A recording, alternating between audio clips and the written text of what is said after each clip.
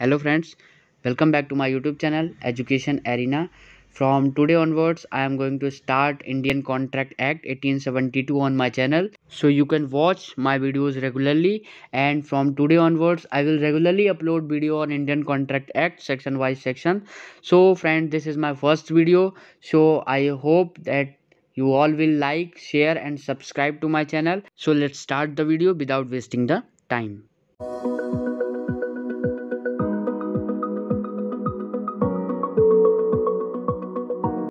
तो चलिए दोस्तों, आज हम स्टार्ट करने वाले हैं इंडियन कॉन्ट्रैक्ट एक्ट 1872 को। तो इस एक्ट को, इस सब्जेक्ट को, कॉन्ट्रैक्ट को हम सेक्शन वाइज सेक्शन करेंगे, हर एक सेक्शन को कवर करेंगे। ठीक है, तो चलिए आज ये मेरी पहली वीडियो मैं आपको बता ही चुका हूँ, तो आज से हम चलिए इसको स्टार्ट करते हैं। चलिए देखते हैं कि सेक्शन 1 में क्या दिया गया है। तो सेक्शन 1 कहता है कि दिस एक्ट में be called the Indian contract act 1872। मतलब कि ये जो एक्ट है, इस एक्ट को क्या कहा जाएगा? इंडियन कॉन्ट्रैक्ट एक्ट 1872, भारतीय संविदा अधिनियम 1872, इस एक्ट को कहा जाएगा।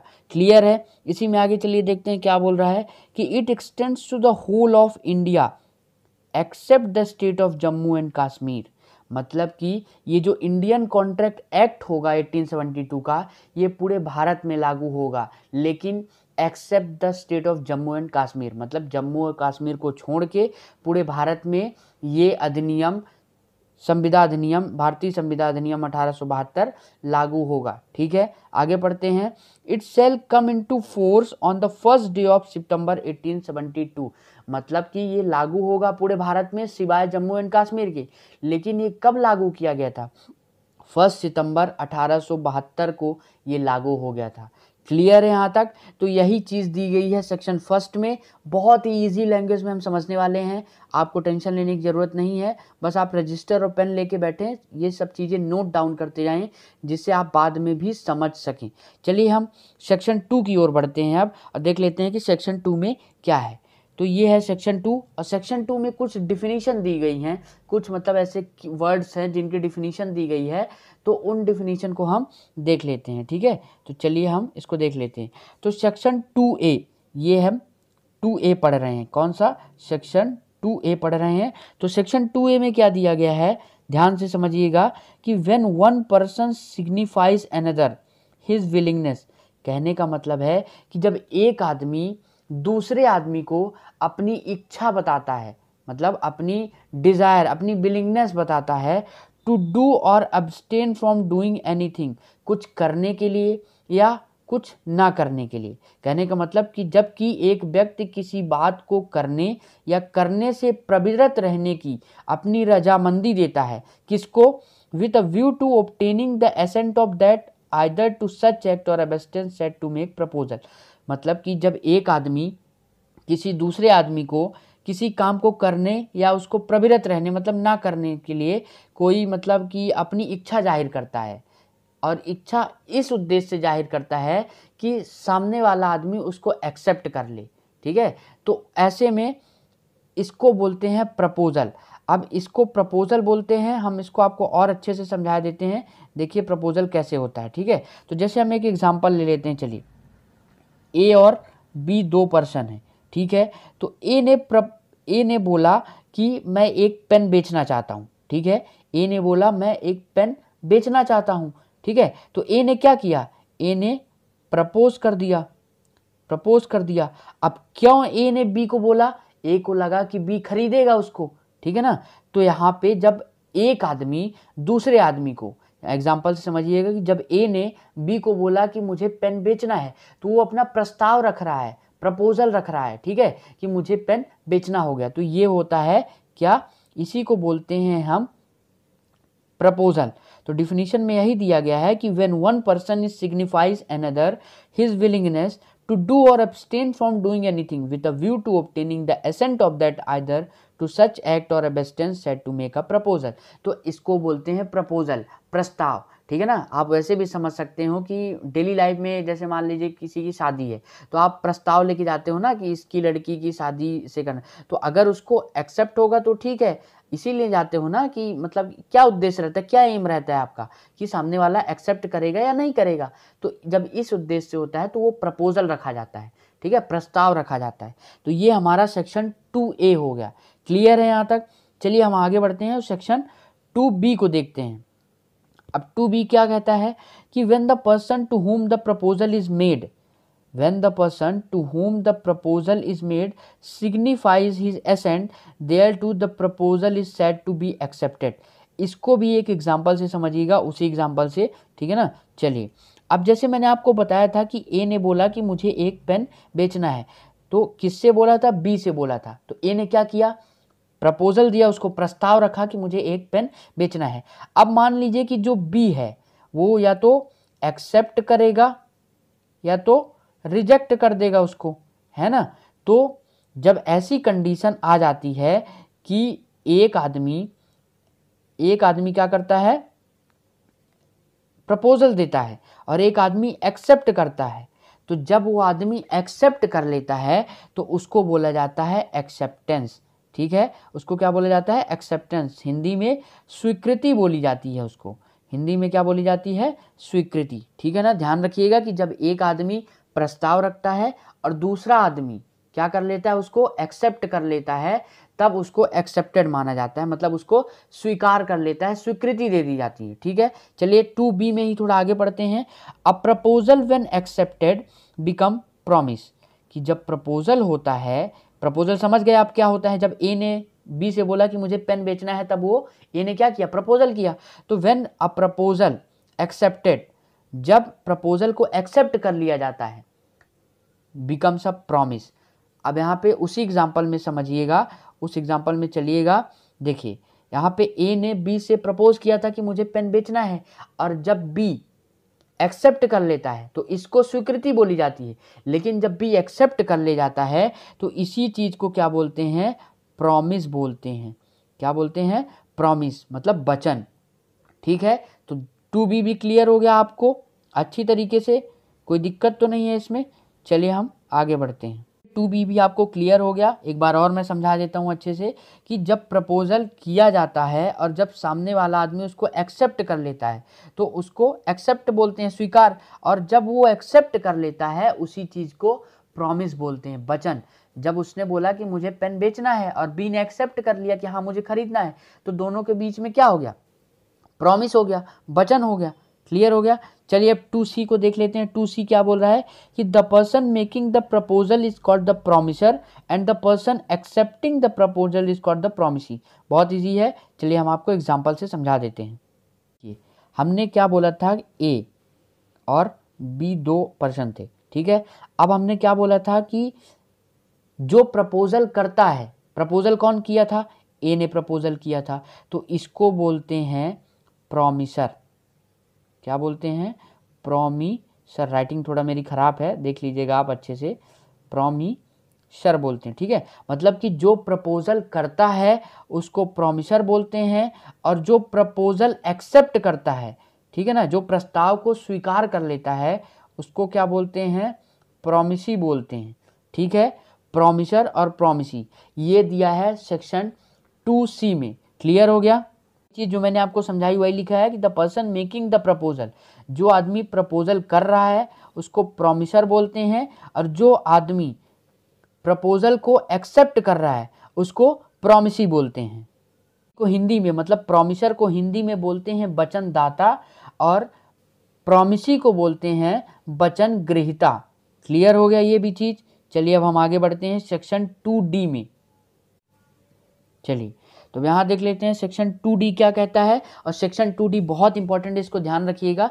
सेक्शन 2D में आपकी कंसिडरेशन, प्रतिफल की डिफिनीशन दी गई है, और प्रतिफल मैं आपको बहुत अच्छी तरीके से समझा देता हूँ। पहले चलिए हम थोड़ा डिफिनीशन पढ़ लेते हैं इसकी। When at the desire of the promisor the promisee. अब आप प्रॉमिसर और प्रॉमिसी से जान गए कौन है। प्रॉमिसर मतलब जो प्रपोजल देता है, और प्रॉमिसी मतलब जो प्रपोजल को एक्सेप्ट करता है। तो अब आपको ये क्लियर हो चुका है, तो ये डिफिनीशन बहुत अच्छे से समझ में आ जाएगी। When at the desire of the promisor the promisee or any other person has done or abstained from doing or does or abstains from doing such act or abstains or promise is called consideration for promise। ठीक है, मतलब consideration क्या होता है। सबसे पहली बात ध्यान में ये रखिएगा कि कंसिडरेशन सेक्शन 2D में दिया गया है। इंडियन कॉन्ट्रैक्ट एक्ट के सेक्शन 2D में कंसिडरेशन दिया गया है। ठीक है, अब देखिए कंसिडरेशन होता क्या है। कंसिडरेशन जैसे मैंने आपको बोला कि मुझे पेन बेचना है, ठीक है ना, वही एग्जांपल ले लेते हैं। ए ने बोला मुझे पेन बेचना है, ठीक है। बी ने बोला मुझे खरीदना है। तो ए ने क्या बोला कि मुझे ये पेन 10 रुपए में बेचना है। तो बी ने बोला ठीक है, मैं आपको 10 रुपए देता हूं, आप मुझे ये पेन दे दो। ठीक है, तो ये जो पैसा हो गया जो पेन के बदले में उसको मिल रहा है, that is known as the consideration. इसी को कंसिडरेशन बोलते हैं, हिंदी में प्रतिफल बोलते हैं। ठीक है, मतलब कि जो उसके बदले में उसको मिल रहा है, बोला ना कि Dzire of the promisor, promisor की इच्छा पर जब प्रोमिसी मतलब जो एक्सेप्ट कर रहा है या कोई और पर्सन कुछ कर चुका है या करता है या बोलता है या प्रॉमिस कर देता है कि मैं करूंगा। जैसे मान लीजिए ए ने बी को बोला कि मुझे पेन बेचना है, ठीक है, और बी ने बोला मुझे खरीदना है। अब ए ने बोला मुझे 10 रुपए चाहिए पेन के, तो बी ने बोला ठीक है, मैं आपको कल दे दूंगा 10 रुपए, आज आप मुझे पेन दे दो। तो यहां भी कंसिडरेशन क्या होगा, वो प्रॉमिस कर रहा है भाई कि मैं 10 रुपए आपको कल दे दूंगा। तो this is also the consideration, प्रतिफल, मतलब कि उसके बदले में जो उसको मिल रहा है। आई होप क्लियर हो गया होगा आपको कंसिडरेशन एग्जाम्पल से, बहुत अच्छे। बस आपको ये ध्यान रखना है कि 2D में क्या दिया है और 2E में क्या दिया है। तो चलिए अब हम देख लेते हैं कि 2E में क्या दिया है। तो every promise and every set of promise forming the consideration for each other is an agreement. अब देखिए एग्रीमेंट क्या होता है। एग्रीमेंट आप समझ ही रहे होंगे, ठीक है। जैसे मान लीजिए उसने बोला कि मुझे पेन बेचना है और बी ने बोला कि मुझे खरीदना है। तो अब दोनों ने बोल दिया कि मुझे बेचना है और खरीदना है, तो अब ये क्या हो गया, उनके बीच में एक एग्रीमेंट हो गया, है ना। तो वही डिफिनीशन लिखी है कि every promise and every set of promises forming the consideration, जिसका कंसिडरेशन मिल रहा हो, उसको कंसिडरेशन मिल रहा है ना कि मैं आपको 10 रुपए दूंगा, ठीक है ना, तो ये एग्रीमेंट हो गया। क्लियर हो गया। तो सेक्शन 2D में कंसिडरेशन है, सेक्शन 2E में क्या दिया है, एग्रीमेंट दिया है। अब आगे बढ़ते हैं, ई के बाद आता है एफ, ठीक है। तो सेक्शन 2F में क्या दिया गया है, चलिए इसको पढ़ लेते हैं। Promises which form the consideration or part of the consideration for each other are called reciprocal promises. ठीक है, रेसिप्रोकल प्रोमिसेस। अब चलिए इसको भी हम समझ लेते हैं एग्जाम्पल से, ठीक है। चलिए हम एग्जाम्पल से इसको बहुत अच्छे से समझ लेते हैं। ये देखिए हमने 2 आदमी ले लिए, एग्जाम्पल से समझ रहे हैं, एग्जाम्पल से बहुत अच्छे से समझ में आता है। ए और बी ले लिए, ठीक है। तो अब हमको पढ़ना है रेसिप्रोकल प्रॉमिस क्या होता है, व्यतिकारी वचन किसे कहते हैं। तो ए ने बोला कि मुझे पेन बेचना है, ठीक है, और बी ने बोला मुझे पेन खरीदना है, ठीक है। तो ए ने बोला कि तुम मुझे 10 रुपए दे दो, मैं तुम्हें पेन दे दूंगा। अब बी ने क्या बोला कि तुम मुझे गिटार दे दो, मैं तुमको 10 रुपए दे दूंगा। तो यहाँ पे ए भी प्रॉमिस कर रहा है, ठीक है, और बी भी प्रॉमिस कर रहा है।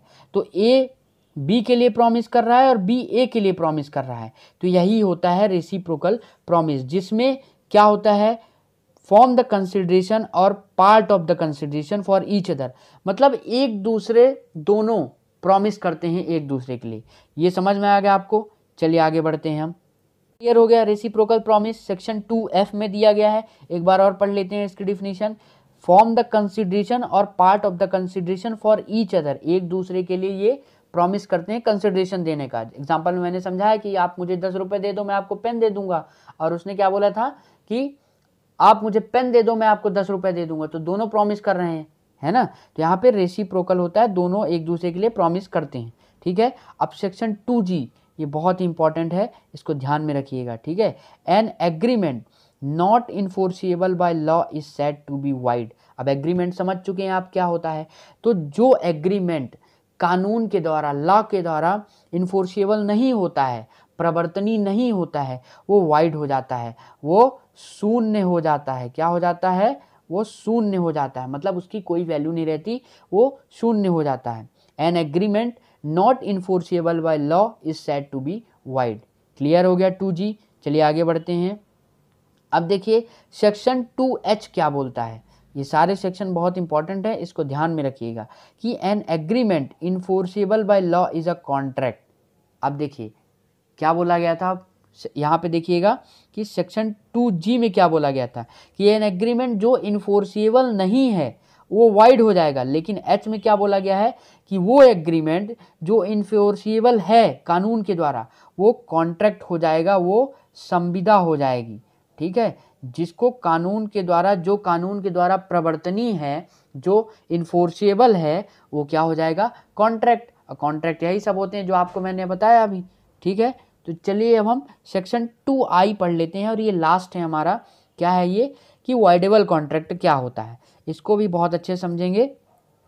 तो an agreement which is enforceable by law at the option of the one और मोर ऑफ द, ये बात को ध्यान रखिएगा कि at the option of one, एक के ऑप्शन पर, or more of the others but not the option of the other or others is a voidable contract.